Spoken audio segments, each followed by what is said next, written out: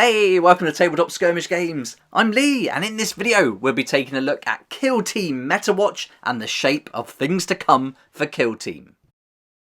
So here we go, the article was published on the Warhammer community site earlier today, and it features an interview with Elliot, who's the lead designer for the game, and it's a long one. It's 39 minutes interview, so I watched it so you don't have to, and I'm going to condense all the main points they went through in the interview in this video. If you've read the rules for Kill Team, you'll know it's a bit of a word salad, and so is the interview, to be fair. So yeah, good to cut it down and just go through the main points, I think. It's probably a bit hypocritical of me to say I can waffle on myself sometimes. Anyway, but here we go. So basically they start off by asking what is meta, and they describe meta as trends you see when you play the game.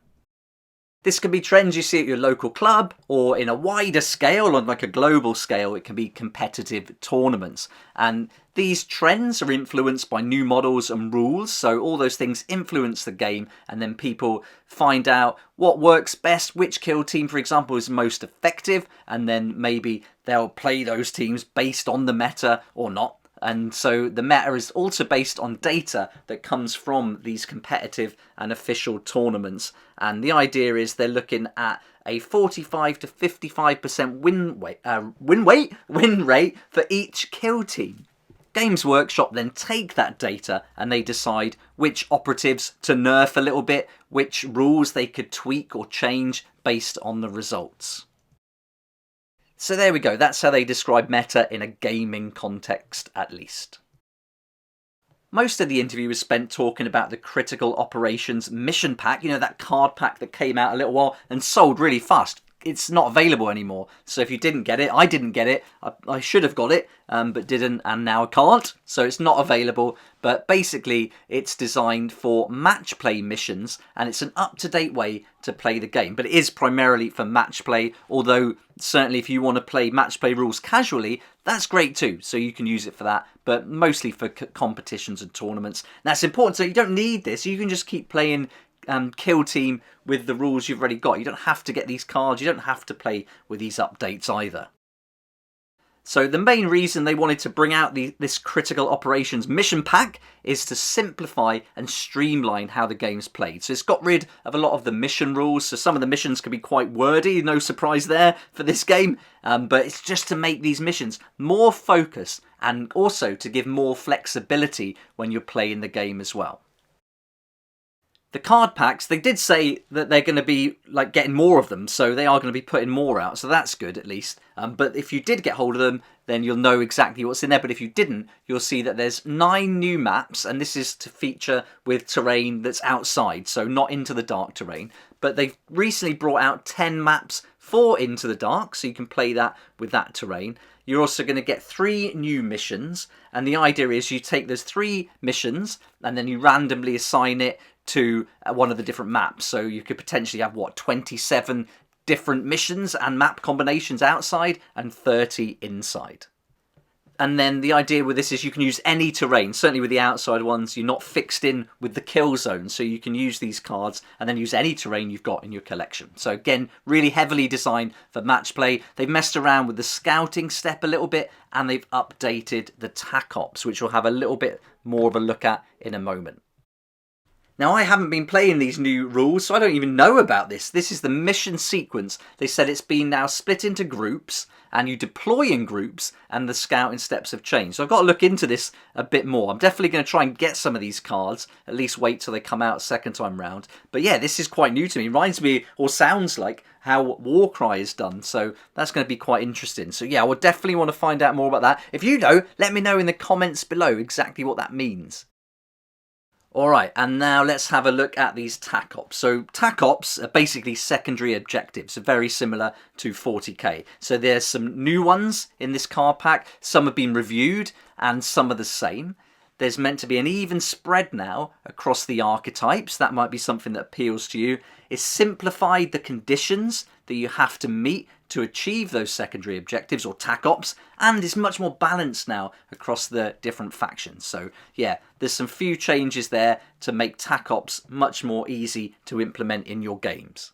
you know, I haven't been using TacOps a lot at all, so it's not even super necessary. Again, you don't have to play these updated rules, you have to buy these new products. You can just stick with what's in the core book and everything that's included, especially if you don't want to play tournaments. So don't feel pressured that you have to go and get all these new products to play the game. As long as everyone in your circle agrees with the rules you're playing, then you're good to go. I did a deeper dive video in these cards when they first came out and they gave us some more info. I'll link to that at the end of this video if you'd like to check it out. And so we can just go over a few things here. We've covered it mostly. I'll just skip through these because these are the slides that were included in the video. So if you want to see this in a bit more detail, just follow that link at the end. But it just talks you through how the cards look, how the different maps are laid out, how it's organized, how it can be randomized. So this can be random, or you can choose. You can choose the missions. So if you're doing a tournament, for example, you would choose the missions you're going to use. And here you can see you got mission A, which is loot. You then grab a map, and then that's the combination you go for. So mission A is loot, played in number 7 map junction, and then you get a little key card. So you've got all the details there for your drop zones, territories, for the objective markers, and all the different little features on the map as well. So I guess it's a neat way if you just want to play a quick game. You just grab a card, grab the map and grab the mission and you're good to go. And then there's the updated TacOps, and the idea is going to balance things out with a few tweaks and reduce camping as well. So that was all included in this Critical Ops pack, £18, but get a discount of that 20%, no problem, on your online retailers and local friendly game stores when they bring it back out.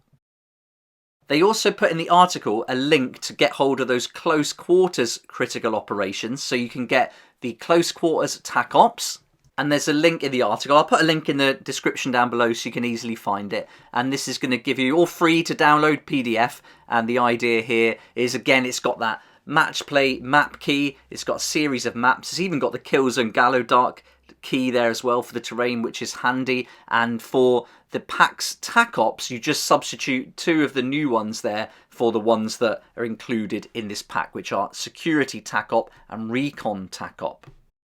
Altogether then you're going to get those 10 maps for playing indoors in this Gallowdark setting, so lots of different options. And then again, you've got the 3 missions, you've got 10 maps, you can have 30 combinations altogether.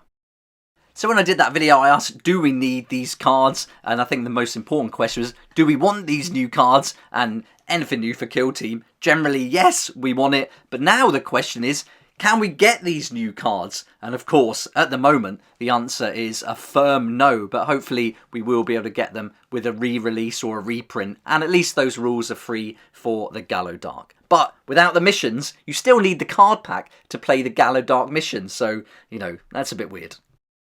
So there we go, that covers the Meta Watch and the things they talked about in the video. Didn't really get an awful lot of things to come for Kill Team. They did mention near the end that we're going to get new factions rather than replacing old ones. So perhaps some that we've seen in the compendium, they're there to stay. I'm hoping we're going to get some more in the White Dwarf magazine, especially Votan. We really need a Kill Team for those. But let me know what you think in the comments section below. I'd love to hear your thoughts on this Meta Watch and what Kill Team do you want new rules for? I'd love to hear that too. So thanks so much for watching. Hope you enjoyed the video. And now you don't have to watch that long 40-minute one. You can just get all the info condensed here for you. So thanks again. If you liked the video, please hit the like button and subscribe as well. That really helps the channel out. So that'd be awesome if you can. And I look forward to seeing you here next time on Tabletop Skirmish Games. As always, a huge thank you to my Patreon supporters. I really appreciate your support, helping me to keep going with these videos. And if you'd like to join the Patreon community, I'll put a link down below. It'd be great to see you there.